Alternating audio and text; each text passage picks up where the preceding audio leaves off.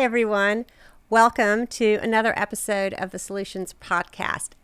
I really hope you're going to watch this on YouTube today after listening to this on your favorite podcast source, because I'm in a new studio for Get Up Productions. It is gorgeous. You will get to see the beautiful skyline of Augusta, Georgia. So make sure you check us out on YouTube.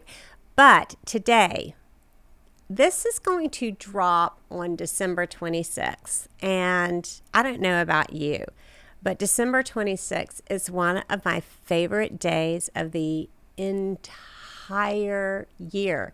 It's the day when you have finished everything on your list. It either got done or it didn't get done, but regardless, you survived Christmas. You get to take a breath before you hit New Year.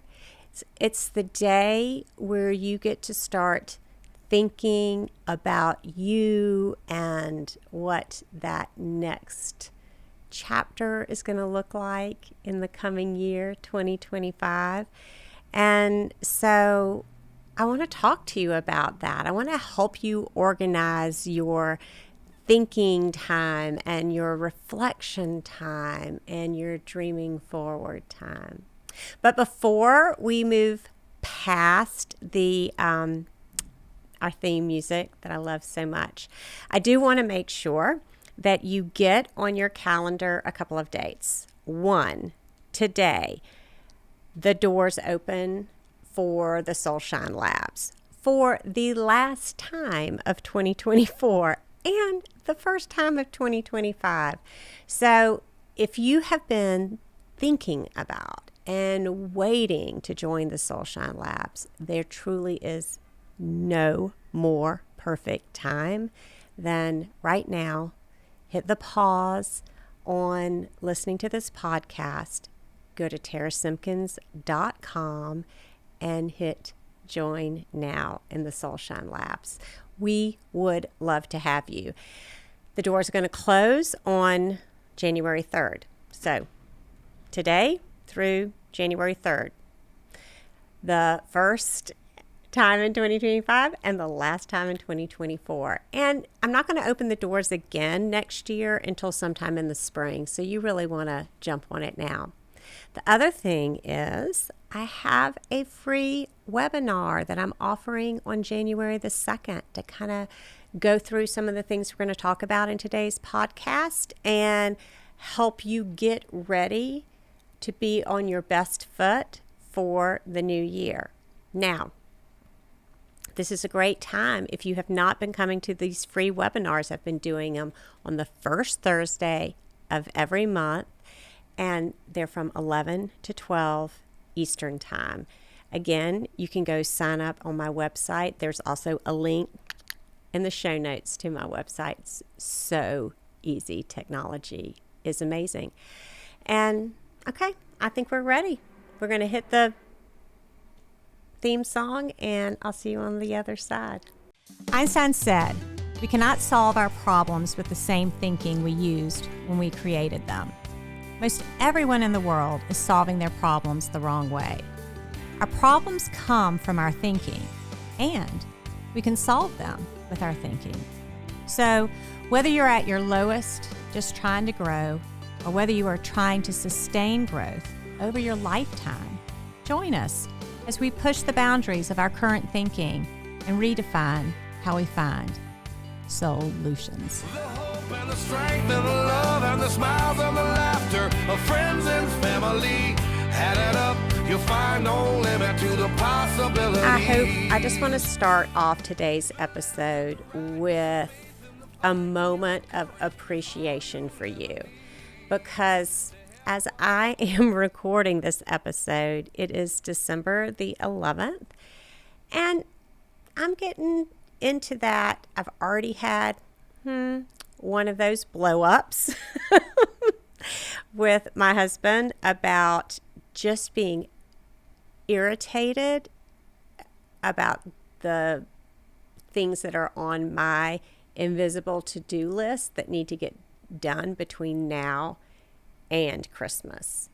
And if you are a long-term listener of this podcast, you know that I really don't like it when I have these blow-up moments. And I truly pride myself on not having very many of them. And yet I know I'm human and I'm going to have them from time to time. And when I do have them, instead of beating myself up, I have trained myself to kind of do a U-turn, to look within, to do a little bit of soul searching and compassionate soul searching to say, okay, what was going on in that moment? Because obviously blowing up at your amazing husband was the best that you can do in that moment. The feeling of frustration is real, it's valid. What's going on? And as if you're watching this on YouTube, you can see my hand is on my heart when I'm talking about this to you, because I have trained myself to truly be kind to myself, and placing my hand on my heart is just a symbol to my body that, hey, I'm here, I care, I'm listening to the parts of me that are tired, to the parts of me that are frustrated, that it's a way of befriending myself, that it's signaling to me that I really do care. I'm not going to run away from the feeling of frustration, that I really want to listen to what's going on. And I truly want to understand what is causing this. You know, why do we have these moments? And how can we rebound from these moments? And how can these moments not hijack us from enjoying one another's company and enjoying the rest of the day? And in this particular example I'm thinking of, enjoying the creativity around decorating for the holidays and being excited about all of the things. I was just listening to a podcast today, and it's one of my favorite podcasts. It's a performance-based podcast. It's called Finding Mastery. So if you are really into high performance, I highly recommend this podcast. It's hosted by a man named Michael Gervais, and Michael was like the performance coach for the Seattle Seahawks. And I do attribute my love for sports, coaching, and performance to my dad. It's a really funny thing. I'm not this huge sports fan, but I am a huge sports performance fan, student, and a huge sports coaching, performance coaching fan. Anyway, Michael Gervais is your guy, and he's very thoughtful, and I think you'll like him. So in this episode I was listening to today, he was actually interviewing one of my longtime, a person I've never met, but I do consider him a mentor. And it was interesting to see this guy is a guy named Dr. Joe Dispenza, and these two gentlemen had never met. So I always love it when two of the people that I love to learn from, who I consider both mentors and colleagues in the coaching space, people that I've known for a long time, when their paths cross, it's so exciting to me, because I see that as a big indication that, oh yeah, Tara, hey, you've been on the right path all along. You discovered both of these guys 10 years ago, 15 years ago, and how cool is it that they have both been living in the world, doing their work in the world in a very similar space that you are in, and they have finally met. So one of the things that Dr. Joe Dispenza, when I started studying his work, I read a book and took a class of his called Breaking the Habit of Being You. It's a great title, isn't it? Breaking the Habit of Being You. So as we sit on the threshold of a new year and you are in this moment in time where you get to reflect on the previous 12 months of your life, maybe the previous 12 years, maybe even more, right? You get to decide how much of this past time you want to reflect upon. But I always kind of recommend that you start, as the poet David White says, that you start close in, right? You start with where you are today. For many of you, that will be December 26th or somewhere in that first week of the new year. And you start where you are and you start just thinking backwards from right now, from this moment in time. And take yourself backwards through 2024 till you get to that starting moment of 2024. And really allow yourself to, some of you may even know what I'm getting ready to say. I am going to suggest that you start with 25 things that worked over the course of this past year for you. I really want you to start with your inventory of, what worked for you over this last year. Consider this your highlight reel, your things that you're really proud of yourself of, your accomplishments.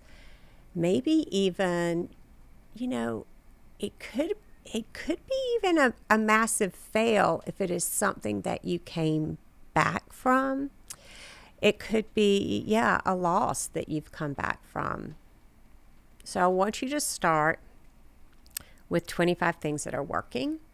And then, of course, we're going to move to 5 things that didn't work for you in 2024. And for those of you who have taken my free masterclass, this is the framework that I use in that masterclass. And this is a framework that I use on my free webinars the first Thursday of the month and every Friday in the Soul-u-tions Labs.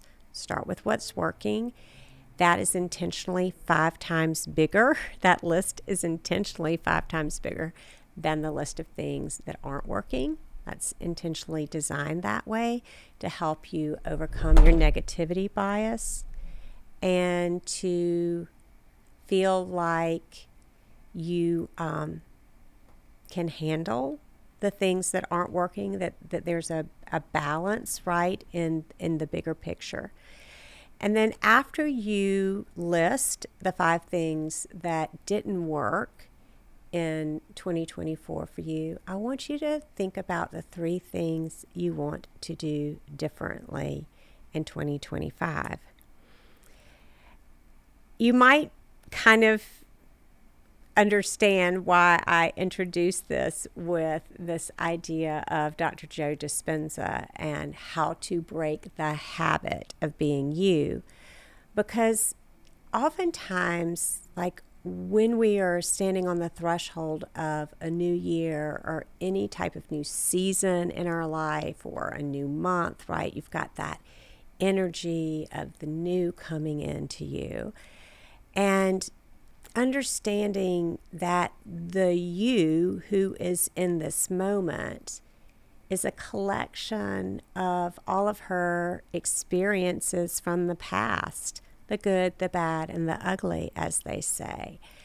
And so often, I think the things that aren't working for us are things that have become bad habits in our lives, things that are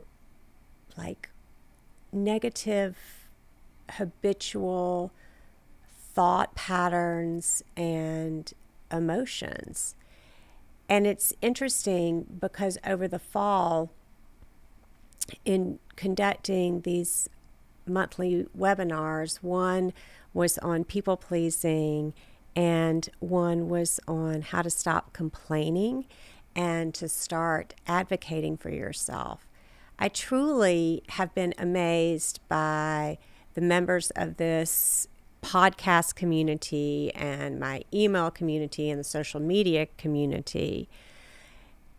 The participants in these webinars, when they're coming to them, the real interest as women alive today in midlife, the real interest in shifting some of these patterns that have controlled our way of showing up in the world, in our relationships, be it your parenting, your marriage, your work, your relationship with your parents themselves, in our friend groups, seeing how certain patterns that might have served you well in the past have not only not serving you now, but they're holding you back.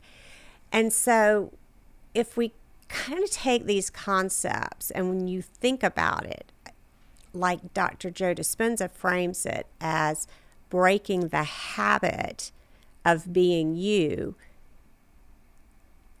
breaking the habit of that part of you that identifies as a people pleaser, breaking that habit of that part of you who doesn't want to complain about things in life, but hears yourself complaining over and over as a way of bonding with, could be your sister, it could be your friend, it could be your children or your partner, right?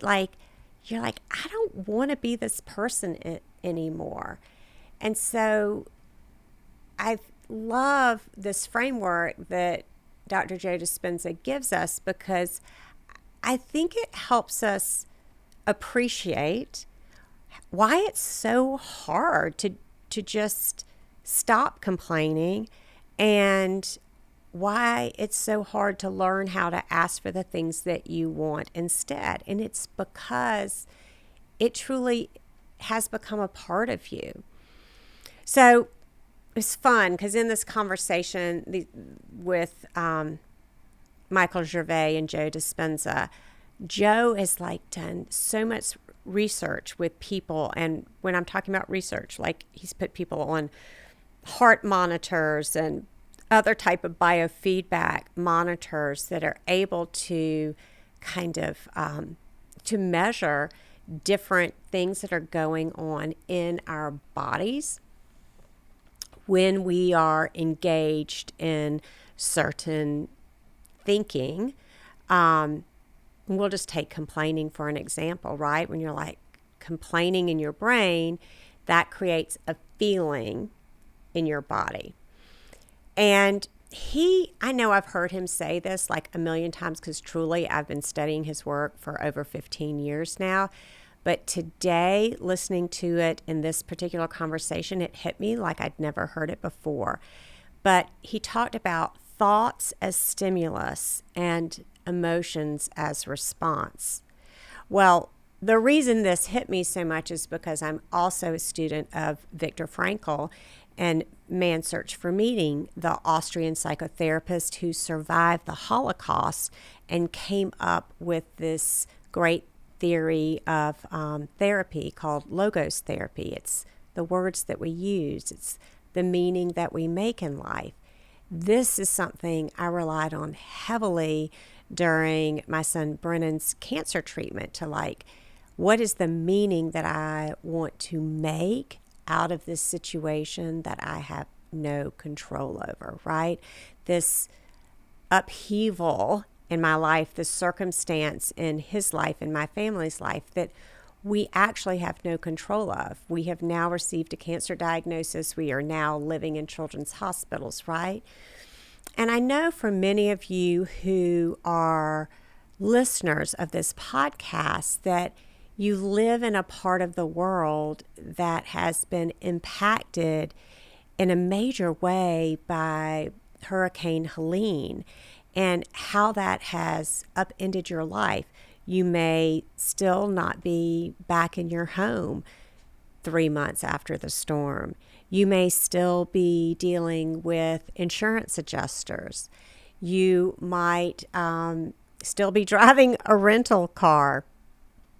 You may just be getting started on the reconstruction, and you may still be driving by like lumber drifts and your landscape has changed.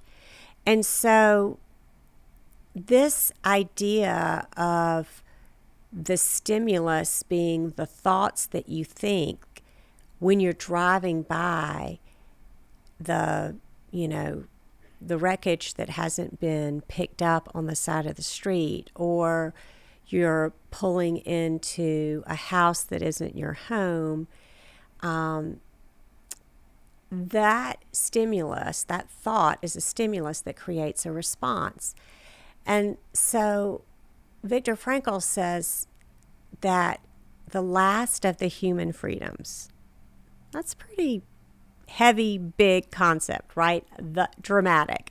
The last of the human freedoms is the freedom to choose, right? Is the freedom to choose how you want to think about something. And in order to do that, he says, there is a space between stimulus and response.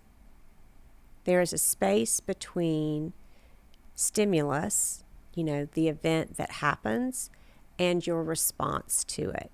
And in that space is where your choice lives.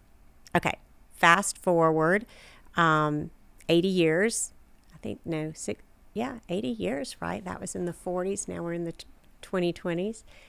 And now you have Joe Dispenza talking to Michael Gervais about our thoughts being the stimulus and our emotional response being the response. And this is the type of what we are coaching on in the Soul-u-tions labs on a weekly basis. It's beginning to create a space between the habitual thoughts that you think and the feelings that they create to break the habit of being the part of you who is engaged in some behavioral pattern that you are tired of engaging in, like complaining, right? And so I think the reason I wanted to share this with you is because at the beginning of the year, we get so excited about these New Year's resolutions. And we are sold on the marketing concept that it only takes 30 days to create a new habit. There's no science that backs that up at all. That's just a marketing concept, right? It's not a bad concept because I think it gets a lot of people excited because they feel like it's doable. If you feel like truly, okay, I can do something for 30 days, and if I get a new habit out of that, then, awesome. So I think it's very motivating.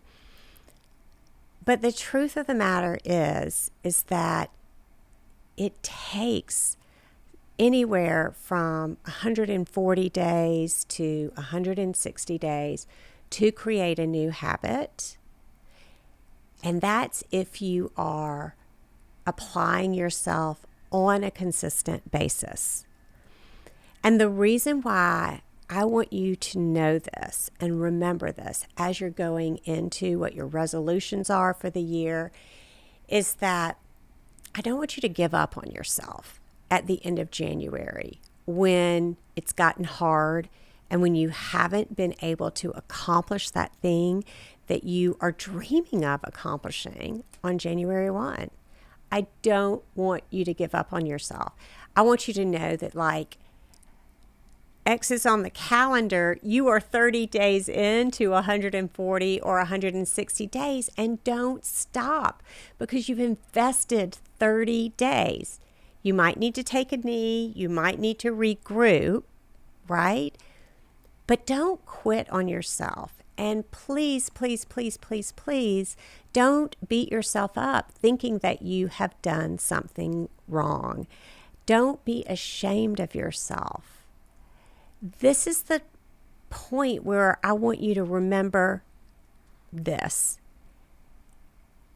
Breaking the habit of being you, creating the habit of being the new you in the future, the you that doesn't complain. In order to do that, you are laying new cells down in your brain. You are actually rewiring your brain. And that is a marvel and a miracle that you can be a part of the creative process of who you want to become in the future, right? It's a very, I say marvel at it because I'm in awe of the fact that we have been, as humans, been given this co-creative power about whatever this life force energy is. And for those of us who believe in a God and attribute it to a God, I think that that is really important. For those of you who just think of it as some life force energy, go with that. Because Dr. Dispenza was sharing this, that part of the secret sauce to success for all the people that he has worked with over the years is a belief in a higher consciousness, in a higher being, in a higher force that resides within you. That is part of the secret sauce to success. And it's interesting because the founder of AA found that also to be the secret sauce to success for people who are going to move beyond their addictions, that belief in a higher power is essential for the success of doing something new and different. And that's really reaffirming to me and validating to me, because I call this podcast the Soul-u-tions, Soulutions podcast, which you know because you're listening to it and you're a subscriber. Hopefully you're a subscriber. I am going to make a note for you to please make sure you are subscribing, and please rate and review this podcast. It means a lot to me, but it also means a lot to the algorithm. And the more feedback, subscribers that we have, and the more reviews that we have, the more the algorithm will share this in the world. But I believe in this source, this higher source that is living within me and is living within you, right? Like, that's the whole basis of this work. And I think that's why I have had so much success and my clients have had so much success, because it's a spiritual orientation to living your life. And so breaking the habit of being you as the you who, and again, I'm just using this as an example, as someone who's complaining and doesn't want to complain. One great reason to do that is because there's a sacredness of this life that we have. There's a finite amount of time that we have to live on this earth. And if I have a choice on how to spend it, ultimately for me, I want to spend as much of my time as possible increasing a sense of love and compassion in the world, increasing your sense of belief in the possibilities of what is available to you to do in the world beyond all the things that you've already faced, seen, and accomplished. And that, to me is like, has so much meaning to my life, and I find that it adds so much meaning to my client's life as well. Whew, that was a lot. I'm going to wrap us up today and just say congratulations on an amazing 2024. And if it was as hard on you as it was on me and my family, I want you to know that my heart goes out to you for that. And I do believe that you are still standing here for a reason. And I cannot wait to see what that is that you want to create in your life in 2025. And if I could be of any assistance to you in helping you create a life that you want in 2025, then please, please, please, I hope you'll either reach out to me via leaving a review and rating this podcast, or clicking the link here, tarasimkins.com, and registering for that January 2nd webinar, 100% free. Listen, no pressure to join the Soul-u-tions Labs, no pressure to ever pay me a dime or work with me in the future.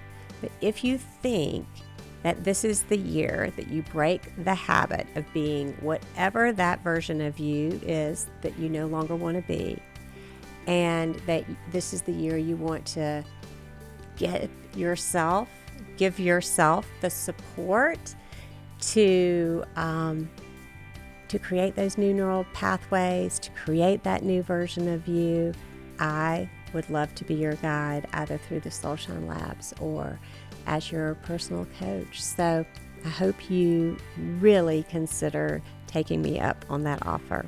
All right, congratulations. You made it through the holidays, and the next time we'll talk will be 2025. 'Cause I ain't done living the life I'm meant to lead. And I ain't done loving the ones who cared for me. The hope and the strength and the love and the smiles and the laughter of friends and family. Add it up, you'll find no limit to the possibilities. The left and the right and some faith.